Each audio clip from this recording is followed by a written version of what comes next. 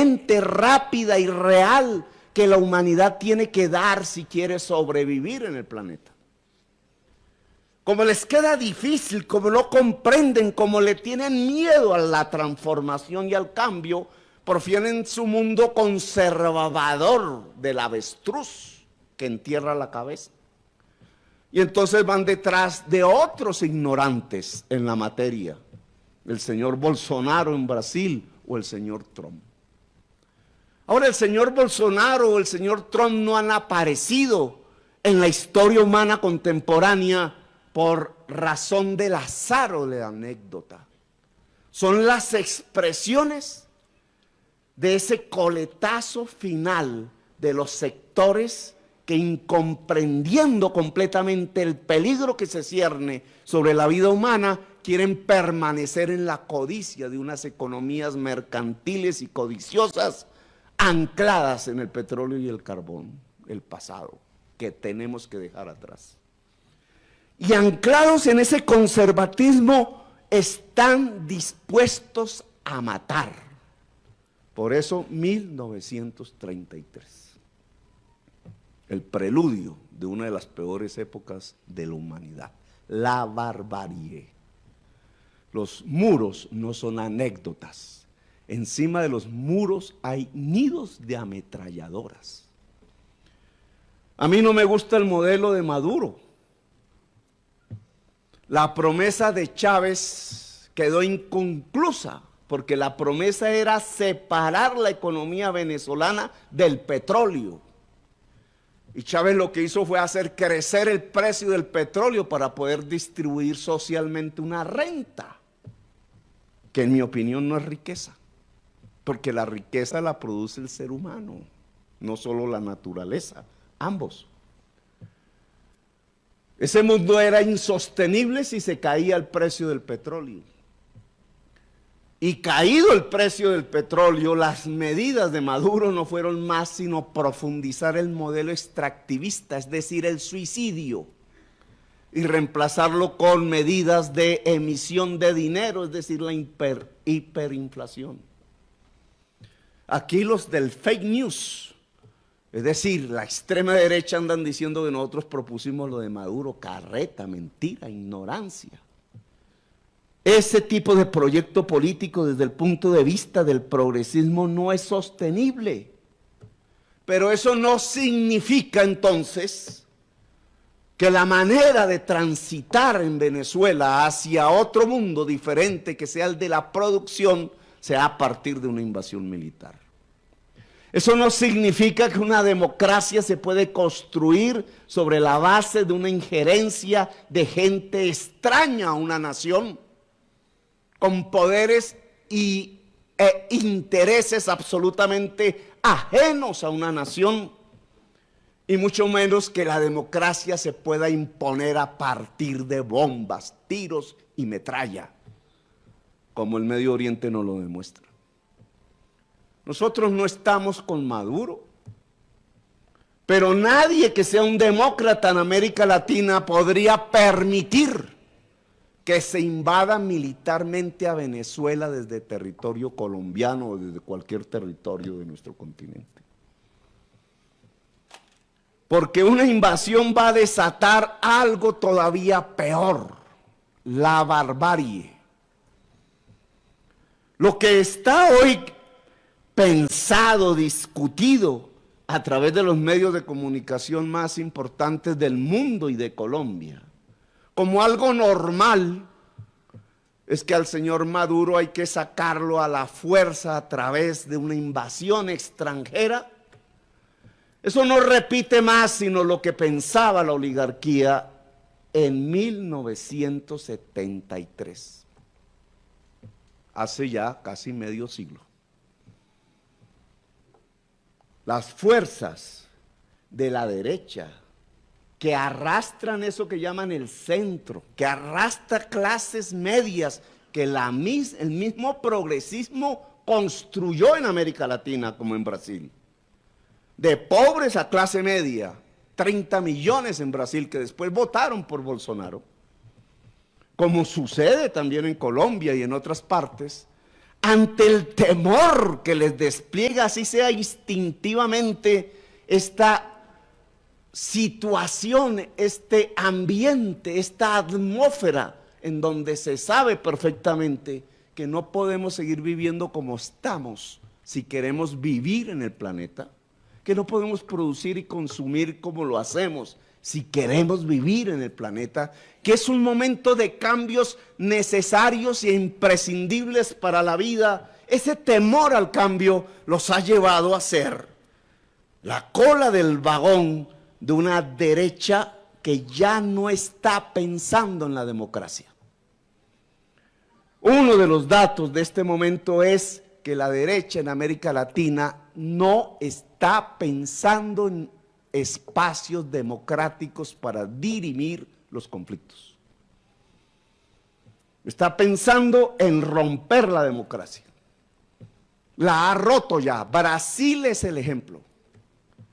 Brasil, a pesar de ese espacio amazónico que nos ve, que los vemos como ajenos a nuestra historia, Latinoamérica, ese espacio en la política no existe. Es determinante en la política latinoamericana. Y lo que pasó en Brasil es un golpe de Estado contra un movimiento progresista y popular con todos los errores que haya cometido, incluido el de la corrupción, que amerita otros análisis y discusiones. Un golpe de Estado pone en preso al principal dirigente, el más popular, el que podía ser el presidente, Lula, obrero él, y viene el fascismo. Y ese cambio político premeditado, calculado, para hacer de la selva amazónica, compañero Arias, usted que ha estudiado el tema, cuyo terreno, tierra, es de las más fértiles del mundo, con la Orinoquía colombiana. Tiene un mapa aquí, Wilson, para mostrar quizás. Pues nos ha llevado a eso, a la codicia, a que esos terrenos tienen que producir soya para hacer carne. En la rama productiva que más genera gases efecto invernadero, es decir, la mayor responsable del cambio climático en la economía moderna de hoy. Bolsonaro ha cambiado la política de América Latina. Ha puesto una bandera, no es con votos, es poniendo presos, es matando, es dando golpes de Estado. Es 1973 en los códigos latinoamericanos. La derecha ha roto el pacto democrático que después de la caída de las dictaduras militares se impuso en América Latina, produciendo lo que llamamos nosotros la primavera latinoamericana. La primavera latinoamericana ha llegado a su final y la quieren enterrar en sangre. Delirio pesimista, ya lo veremos. La realidad, hay algo que la realidad es contundente, digamos. Hay retóricas de la derecha. ¿Cuántos uribistas en esas manifestaciones no ven ustedes aquí en Bogotá, incluso echando groserías y espuma contra el que consideran diferente? Retórica derechista. ¿Cuánta retórica izquierdista no hay? Venezuela es un ejemplo. Pero la realidad, cuando es violenta, es de guerra, acaba las retóricas. No solamente muere la verdad en la guerra, muere la retórica en la guerra.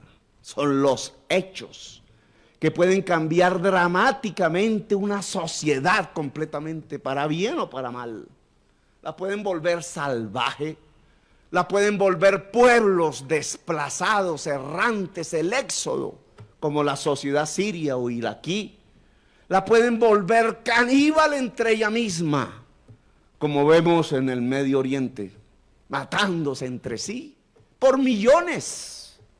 La violencia colombiana todavía, allá lejana en los campos, no logra ser un reflejo actual de lo que es la verdadera violencia en el mundo contemporáneo. en los tiempos finales del cambio climático. La derecha latinoamericana ya puso su carta sobre la mesa. Se llama no democracia, se llama violencia, se llama guerra. Van presos los dirigentes progresistas de la época de la primavera latinoamericana, van muertos. Eso es lo que está pasando en Colombia. Esos 500 y pico líderes sociales es la primera cuota para invadir a Venezuela. Van a haber muchos asesinatos en Colombia. Lo primero que sucede es Colombia. Famoso papelito de, ¿cómo se llama? Bolton, que nos cayó como un baldado de agua fría, estaba escrito hace tiempos. ¿Qué puede pasar con 5,000 Mariners en Estados Unidos? Pues fotos de RCN, uy, qué chéveres. Algunos dirán, uy, nos volvimos norteamericanos. Los padres fundadores de la democracia. No. El ELN se va a fortalecer, debe haber sectores allí que lo están calculando, las disidencias que llaman de la FARC van para allá. Se acabó la ilusión de la paz, la hicieron trizas. El gobierno de Duque. Que Duque era más suave que Uribe, que era de centro. Retórica, Duque va a ser por su propia debilidad peor que Uribe. Y lo está demostrando, porque es débil. Y un ser humano débil es permeable a las fuerzas del momento. Y las fuerzas del momento no son los de la sociedad colombiana pregonando por sus derechos. Las fuerzas del momento son las de la barbarie, que no llegaron a tocar sino balbuciantemente Uribe. Ese hombre débil está en medio de las fuerzas de la barbarie y les va a hacer caso. Y entonces, secretamente, sin importar cuántos millones de colombianos viviendo en Venezuela, con parientes en Colombia, quizás la mayoría hasta uribistas deben ser, no votan, la verdad que ni votan, pero van a ser el objeto de una invasión militar. Es que las bombas van a, con su inteligencia electrónica, diferenciar entre quién es un venezolano en Venezuela y quién es un colombiano en Venezuela. ¿Les ha importado la suerte de esos millones de colombianos allá? ¿Lo están pensando? ¿Está dentro de los mapas del análisis? Como hacen los norteamericanos, le han pedido a los ciudadanos y ciudadanas colombianas, niños, ancianos, en Venezuela que retornen a Colombia porque están planificando una invasión militar. Y una invasión militar, como lo vemos en Irak, como lo vemos en Siria, no es quirúrgica. Carreta que se inventaron los medios, las bombas, no solo matan militares, matan civiles, y entre esos civiles un porcentaje altísimo son colombianos. Nos olvidamos de ellos. Un gobierno débil pero irresponsable está pensando en eso. Las retóricas allí se estrellan, como ilusión se evaporan. No hay más retórica. Ahora, este análisis pesimista tiene otro lado de la cara. Claro que es pesimista en torno a los momentos contemporáneos de la humanidad. Claro que puede haber una invasión así hayan perdido electoralmente en la OEA. Ni siquiera en la OEA el eje Trump-Duque-Bolsonaro ganó. Y perdió en el Consejo de Seguridad de la ONU. Luego, cualquier actividad militar en Venezuela es profundamente ilegal desde el punto de vista de los acumulados de la civilización humana. Pero intentan hacerla. ¿Cómo respondemos? ¿Cuál el papel de las fuerzas progresistas? ¿Cuál el papel de las organizaciones sociales en Colombia en estos momentos? Claro, si vamos a hace medio siglo, yo era un niño, tenía 13 años, para no volverme tan viejo, realmente hace como 45 años. Sí, exactamente. 1973. La respuesta del progresismo latinoamericano en general fue ir a las armas. La respuesta al golpe de Allende en general, contra Allende, en general, en toda América Latina, fue: aquí no hay más camino que las armas. Las guerrillas no se las inventaron los marcianos. Fueron el producto de la tensión política que América Latina vivió. Historia desconocida para los jóvenes de hoy e incluso olvidada por las generaciones maduras de hoy, que muy maduramente olvidan el origen de la lucha armada en América Latina, que no fue una invención retórica, no fue producto del terrorismo malvado, sino que fue el producto de una lucha política que la derecha quiso que se librara a partir de dictaduras militares, de ausencia de derechos, de constitución, de Estado de Derecho. Chile 1973. Generaciones de jóvenes por todas partes, incluida la mía, se fueron a las montañas y resistieron, unas, otras no. ¿Cuál es la respuesta ante el hecho que la derecha decidió romper el pacto democrático en América Latina? La misma de hace 45 años. Discusión, obviamente. Yo planteo una, puedo estar equivocado.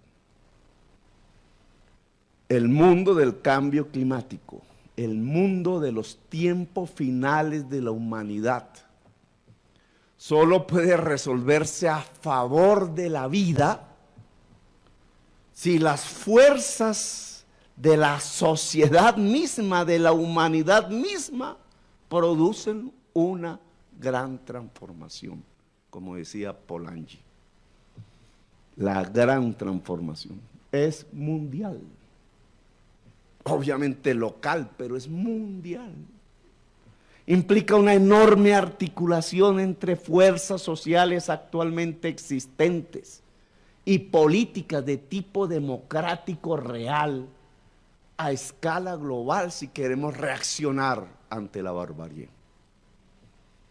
Balbuceos ya hay, los chalecos amarillos allí, formaciones políticas allá, las nuevas tendencias políticas en Estados Unidos, etcétera.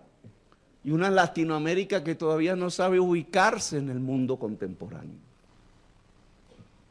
Un sindicalismo que aún no sabe cuál es su papel. Unas fuerzas políticas, me refiero a las colombianas, que aún discuten en si Petro es tóxico de extrema izquierda y entonces hay que fortalecer un centro balbuciante en un mundo donde la retórica se acabó. Aquí no hay otro camino que la unidad, a pesar de las diferencias. En tiempos de barbarie, lo más suicida que puede existir es la dispersión. El proyecto de humanidad pasa por la humanidad misma articulándose. Es la humanidad la única que puede salvar la humanidad con el respeto de las creencias religiosas.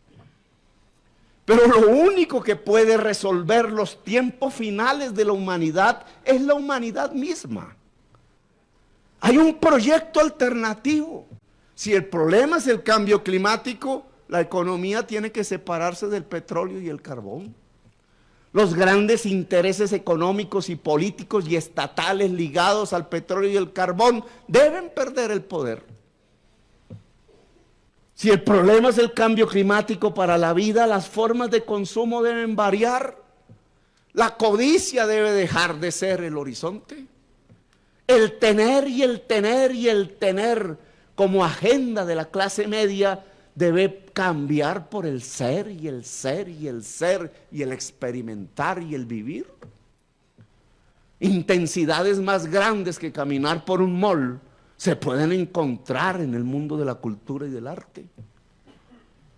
Claro que la nueva humanidad, la de los tiempos después del cambio climático, si es que hay, es una humanidad diferente en su forma de producir, de relacionarse entre sí, de consumir. No es una utopía, es una necesidad vital hoy. Si queremos que nuestros nietos estén en este planeta, los nietos nuestros estén o puedan vivir al menos igual que como vivimos nosotros, sino peor. Ustedes saben lo que será la vida de nuestros nietos en unas décadas en medio de un cambio climático drástico. ¿Cree la clase media que sus nietos van a disfrutar lo que disfrutan sus abuelos hoy? Ese es un mundo dantesco, si ya lo podemos percibir, pero será terriblemente peor a lo que hoy percibimos. Luego el cambio y la transformación se impone en el mundo. Y la humanidad es responsable de dar esa respuesta. Y la humanidad solo dará esa respuesta si articula sus fuerzas políticas y sociales para responder al momento de hoy. Y articular se llama unidad. El proyecto humanidad implica unidad. Y como no podemos resolver el problema ya en Siberia, ni en Kamchatka, ni en Alaska, ni en Florida, sino en Colombia, que es nuestro punto, nuestro local, nuestra tierra, nuestra patria. Pues ¿cómo resolvemos el proyecto humanidad en Colombia? Indudablemente implica una articulación de fuerzas sociales y políticas. ¿Hacia qué?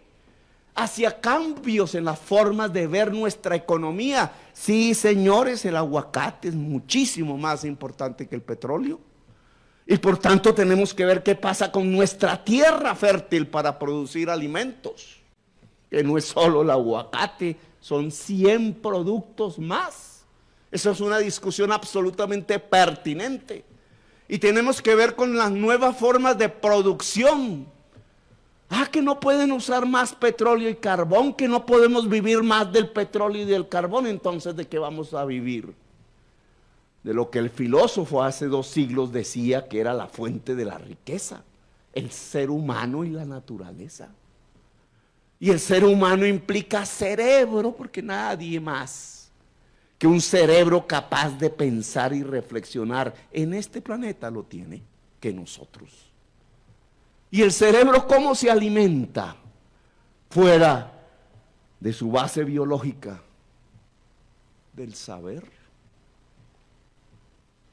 Es la inteligencia, es la razón, la base, además de la unidad, de rescatar el proyecto humanidad y resolver el problema que nunca antes la civilización humana había tenido, que es la de su propia extinción. Es las energías limpias.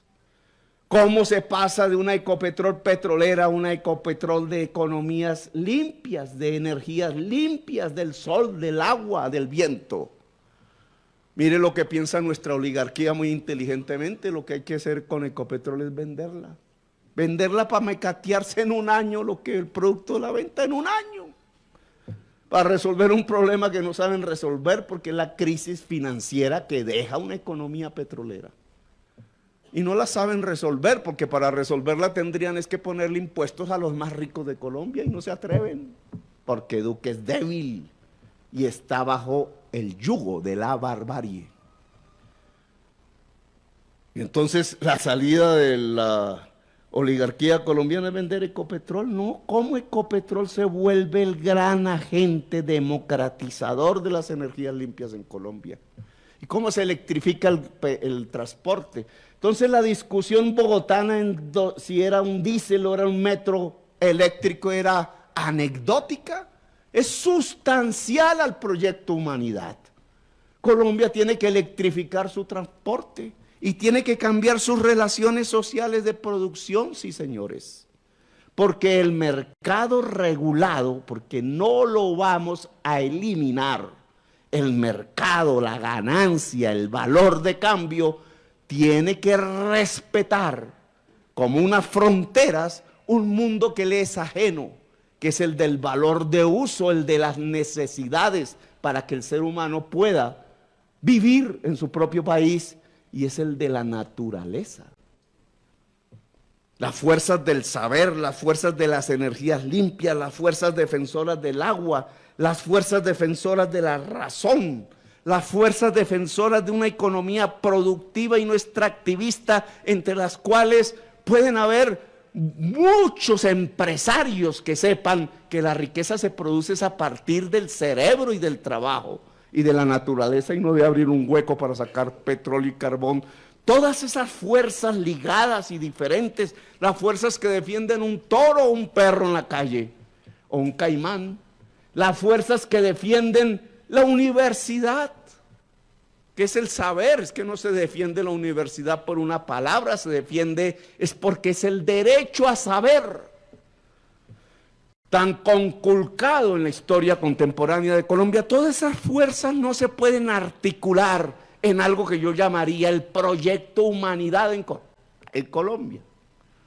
Y ese proyecto humanidad no tendría un eje hoy en estos momentos, que es la defensa de la paz, que es evitar que el ELN piense que como va a haber una guerra con Venezuela le van a sobrar los fusiles para armar 10.000, 20.000 en una retaguardia en medio de esa guerra, que es evitar que los actuales excombatientes de la FARC vean en la guerra una mayor posibilidad que lo que ofreció una sociedad anhelante de paz, que es evitar que el ejército de Colombia sea utilizado como cañón, como lo hicieron en la guerra contra Corea, en una guerra ajena y absolutamente bárbara e irracional, que le quita a los hermanos venezolanos la posibilidad de definir ellos mismos su futuro. Es la paz el gran articulador del proyecto humanidad en Colombia, es la paz y la vida. Y por tanto la organización social en Colombia tiene que apostarle a esas tareas. Vamos a vivir momentos duros, pero no es escondiéndose en la cama como los vamos a resolver, obviamente.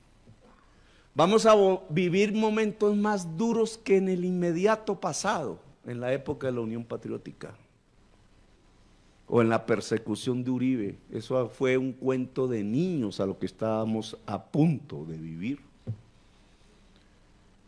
Pero no es con dirigentes suicidas que prefieren el ego de su propia organización o liderazgo a la posibilidad de una articulación la más amplia posible, sin exclusiones, lo que nos va a permitir salir adelante. Es suicida la división. Y toda organización que esté planteando es que con este no me junto porque es tóxico, porque mire cómo habla, cómo pone verdades sobre el tablero. Y aquí es mejor la política correcta, los buenos modales, las palabras hipócritas, no decir la verdad, simplemente para acolitar un proyecto salvaje para Colombia y para América Latina. No, este proyecto que es realidad en la política colombiana hay que cambiarlo. La paz significa que tenemos que cambiarlo pacíficamente. Es decir, que lo que está planteando aquí este dirigente, que lo soy, la verdad sea dicha, puede que se esté equivocado, no es la misma respuesta de hace 45 años. No podemos responderle a la barbarie con las armas, que es la última de todas las opciones. Tenemos que responderle a la barbarie de hoy, que es mundial, pero que va a hacer de este territorio colombiano su escenario con la articulación de la humanidad, los instrumentos pacíficos para detener la barbarie, que implican saber, que implican unidad, que implican articulación nacional y global, que implican las tareas inmediatas que tenemos que construir para detener la guerra, tanto en el territorio colombiano como en el territorio latinoamericano, usando el territorio colombiano. La mayoría aquí, pienso, no quieren al señor Maduro. A mí me produce desconfianza, mucha. Está en el proyecto petrolero y extractivista. No está en la vanguardia de la humanidad. Pero el problema no es Maduro. El problema es una acción salvaje para quedarse con el petróleo de los venezolanos. Y nosotros no podemos ser cómplices de eso. Las fuerzas democráticas de Colombia tienen que construir una agenda ya de movilización, incluido el paro nacional, pero no el paro nacional a la manera sindical, que es llenar la Plaza de Bolívar. Eso no es paro. Eso es una retórica de paro. No, el paro nacional contra la guerra, cívico, de actividades, de transporte, de acción laboral, es un paro de verdad. Y si no se aguantan con un día, son dos y son más paros. Los chalecos amarillos tienen que aparecer en Colombia. Tenemos más razones nosotros de salir a la calle que los franceses incluso. Si comparamos, mal comparadas las cosas, porque siempre las sociedades son distintas.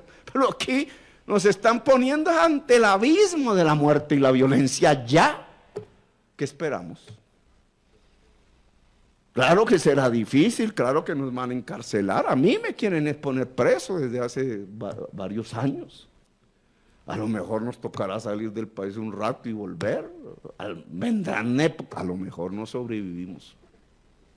Vendrán épocas difíciles, pero la posición que un espacio democrático en Colombia que dignifique el ser humano y defienda el proyecto de humanidad en Colombia tiene que ser el de levantarse contra la guerra. No hay otro camino. Así que invito a toda la ciudadanía que me escucha, a la dirigencia sindical del magisterio, de la fuerza del saber, a invitar a todas las demás organizaciones sociales y políticas en Colombia a organizar la resistencia contra la guerra en nuestro propio país. Gracias, muy amables.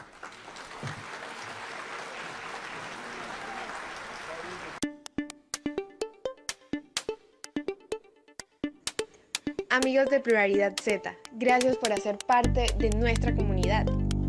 Si te gustó este video, compártelo y no olvides seguirnos en nuestras redes sociales.